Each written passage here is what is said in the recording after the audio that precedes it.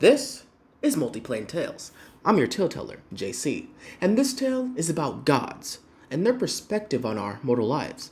And if you like it, leave a like. And if you want your tale told, you can send it to multiplanetales@gmail.com.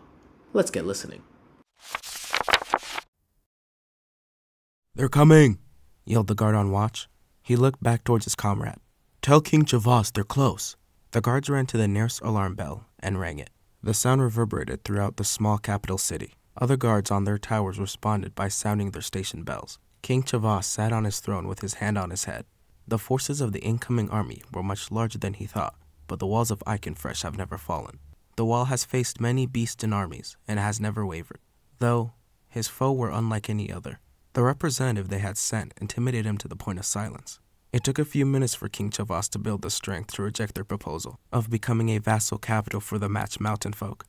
He had heard rumors what they did to their enemies, and he would not subject his loyal citizens to that kind of cruelty. He rose from his throne. "Leave me," he told his audience of generals. Without even a word, they all rose from their seats and left the throne room. The king pondered the situation. He went behind the throne. Hidden there was a scrying sphere. He closed his eyes. "Old leaders of Eichenfresh, grant me the sight of my enemies." Inside the sphere, a white mist swirled, revealing the matchfolk. He noticed the representative that had been sent. He felt a chill go down his spine. He saw 5 other individuals with similar gear.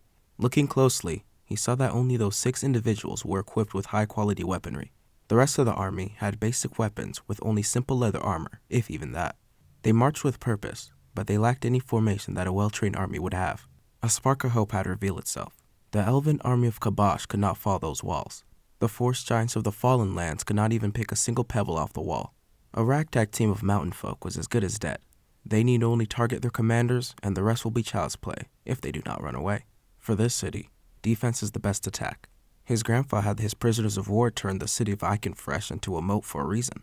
The impassable city became impenetrable. Deep in thought, he didn't notice 2 figures enter the room. "Father?" he heard. He turned around to see his only son. Chavas II was crying in the arms of his mother. "Are we gonna be okay?" he asked. "Sorry, honey," said Queen Barusa. "He wouldn't stop until he saw you." Chavas approached his family. He looked them both in the eyes. "Eichenfresh hasn't fallen, and it won't fall in my hands." He hugged them both. "Quickly to the safe room, until we have dealt with those savages." Once the 2 had left the room, he pulled out a sending scroll. "Piari, lift the bridge and prepare the cannon and the archers for the attack. Release the elementals into the pass. We're gonna do what we do best." Chavas went to his throne room closet. At the center was the Armor of Ice, a beautiful sky blue piece of art that had been worn by every leader of Eichenfresh. Gifted to them by the goddess Mauna, it has seen many battles, and today it was Chavas's turn to don the armor of his forefathers. He put it on. It was a bit more snug since he had worn it on his coronation day. Nevertheless, he grabbed his axe and headed to the battlements to protect Eichenfresh with his soldiers. He made his way through the city. He met with many of the citizens, assuring them that everything was alright. Chavas made sure that the last of the citizens had retreated into the protection chambers. The barriers that the chamber had served as a last resort for the kingdom. It would protect all who enter from any magical effect or foreign objects. After seeing the queen usher people in, their eyes met. He smiled at her. She paused to smile back. "I love you," she said. He couldn't hear her from that distance, but that much was clear. He pointed at her and formed his hands into the shape of a heart. He turned around to the front gates. The fire in his stomach was now burning even hotter. Chavas, accompanied by his personal guard unit, made their way to the front gates. He looked down at the incoming mountain folk. As he saw before, the only enemies that were worrisome were the leading 6 commanders. He went around the battlements, confirming that everything was in working order. One of his soldiers came up to him. "We are ready to defend when you are, sir." "Perfect. We must wait until they are near the moat, and then unleash the cannons." The mountain folk stopped 30 meters from the edge of the moat. The mass of the army all stood there in lines of 10 holding hands. They then kneeled and started chanting. They started softly, but slowly built up to a roaring volume. "Do you understand what they're saying?" asked a soldier. "No, I do not. It sounds familiar," responded the king. "Should we just let them continue?" asked the soldier. "Let us wait to see what they do next." The commanders approached the moat. They all stood at the edge of it. They each raised their arms and joined in on the mounted folk chant. A brown aura started emitting from the 6 figures. The grass around them sizzled before turning to black. The water in front of them was also changing. Their aura was leaking into the water. The more they chanted, the more their aura grew. Not too soon afterwards, the water was discolored. Screams of agony traveled through the water. The water elementals, yelled a soldier. Fuck, yelled Chavas. Aim at their commanders and prepare to fire. The soldiers followed their orders. They prepped the cannons. 2 arcanists channeled their magic into each of the shots. At this point, the water around the city became a lighter shade of gray. Any life that had called that area home was now floating to the top. The grass around each of the figures had spread back, now reaching the mass of the mountain folk. Fire! Yelled the king. The cannons sent their projectiles flying. Balls of lead with a thin layer of arcane energy were sent towards the figures.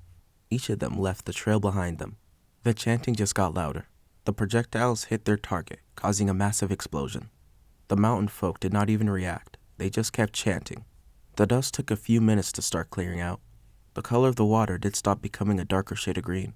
The growth of what the king described as rot stopped spreading throughout the grass. The guards cheered. Javost raised his hands for silence. Do not celebrate yet. Not until we know they are dead.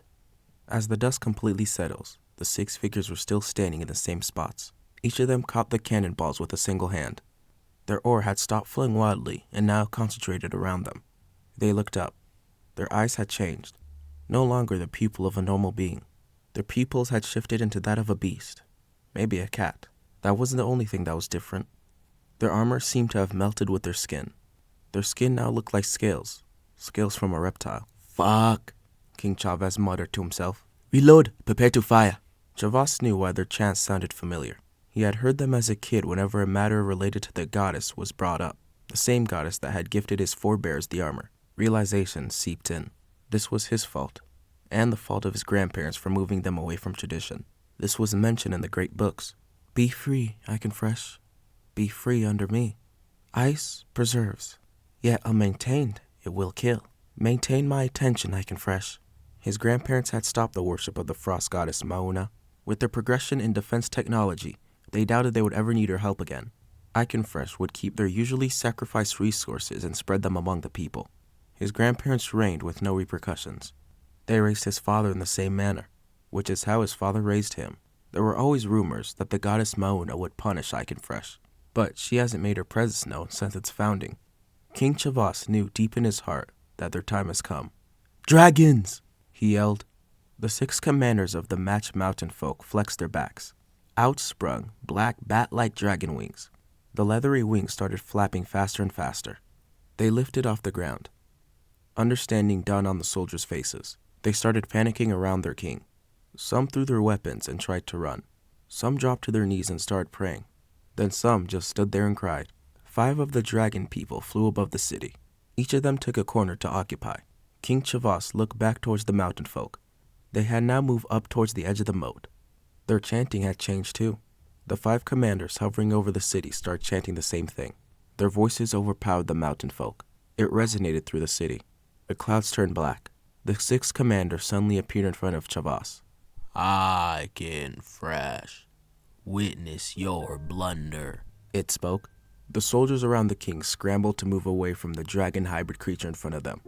Nahim, one of Chavas's advisors, lost his footing in the confusion and tripped off the battlements. He was able to grab the edge. Help! Help! He yelled. Chavas tried to turn to help him, but he could not move. The creature landed on the battlements in front of Nahim. It looked down at the struggling being and bent down. You are a lucky one, it growled. A noxious gas began spewing from its mouth. Nahim screamed. Tears ran down his face. He started coughing. The creature took a deep breath. With the exhale, he breathed acid into Nahim. Nahim fell to a certain death as he let go of the wall to wipe away the acid from his face. It turned around back towards King Chavas. Now the only one there, the rest had retreated. Again, he tried to move his body. Oh no, I can fresh. You get a front row seat. The creature forced him to turn towards the city. It took off once more towards what Chavas recognized as the protection chambers. It took almost no time to fly there. Once it was above the roof, it reached its hand out. Chavas could see the layers of protection spells begin to dissipate from the chamber. He started praying to the goddess Mauna. He apologized for himself and his forefathers for not giving the proper tribute. Mentally, of course, as he could not talk. He wanted to cry at what might happen, but he had no control over that either. After the last protection spell was dispelled, the creature flew back to Chavas' side. He watched as the darkening clouds shifted to fire red. Unusual colors of lightning were also striking throughout the city. The number of the fire clouds grew at an alarming rate. The creature next to Chavas nodded at the 5 in the sky. They did a few hand gestures before holding their arms to the sky. The clouds rained balls of fire. Chavas could do nothing as he watched his city and dreams burn. He could hear the screams of his soldiers. Not too soon after, other voices joined. It did not take 10 minutes before there was nothing but silence. He looked over his once pride and joy, now just ash. All the chanting had stopped. Still in shock, he didn't notice when the 6 dragon creatures encircled him. They all pointed at him. A grayish-green energy started concentrating at the tip of their fingers. The rays all hit him. At the location of each ray, it started graying. He could painfully feel himself fall apart, piece by piece, until he was no more. Settle. Settle! We are having this emergency meeting of the Exalted by the request of Mauna. Almighty Otharu, my Red King, it has come to my attention that Black Dragon Varasa is the cause of the destruction of my city and the death of my followers, said Mauna. The Red Dragon shifted his gaze toward Varosa. Varosa, this is a strict violation of the Exalted. Is this true? Asked the Red King. Otharu, said Varosa. Red King, he chided. Sorry, King. Mauna had ignored them to the point where they were disrespecting her name and thus ours as the Exalted. Is this true? Asked Otharu. My king, it was all part of my plan for them, said Mauna. Stop lying! My followers scorched down Iconfresh over 200 years ago, and you just now noticed, countered Varosa. Also part of the plan, Mauna muttered. You see, Red King, she admitted it. My king, those mortals didn't respect the Exalted, Varosa pleaded. I decide when I don't feel respected. Not you, Otharu growled. Sir, that's not what I meant, she started. For your misdeeds, you must be punished, interjected Otharu. As it is Mauna's property you have killed, as her property you shall be. What? Yelled Varosa. You will be a mortal sorcerer blessed by the frost dragon Mauna, until you prove to me you are worthy of Exalted. Otharu, please hold on, pleaded Varosa. You are banished! Banished! Varosa immediately found herself on a beach, battered and bruised. She looked at her skin, now noticing it had turned blue. She felt she had short horns behind her hair. She also noticed she was bleeding. Fuck! Damn it, Mauna, you fuck! She yelled. She got up. Varosa looked around her. The beach was littered with wreckage of what looked like a fresh shipwreck. Furiously, she picked up a few useful things around her and went down the beach to find any other survivors. Thanks for listening to this episode of Multiplane Tales. If you enjoyed it, why not check out our other episodes? But if you want the latest episode, check out your preferred podcasting platform like Spotify or Apple Podcast. But if you want your tale told, you can send it to multiplanetales@gmail.com. Again, thanks for listening, and let's get listening.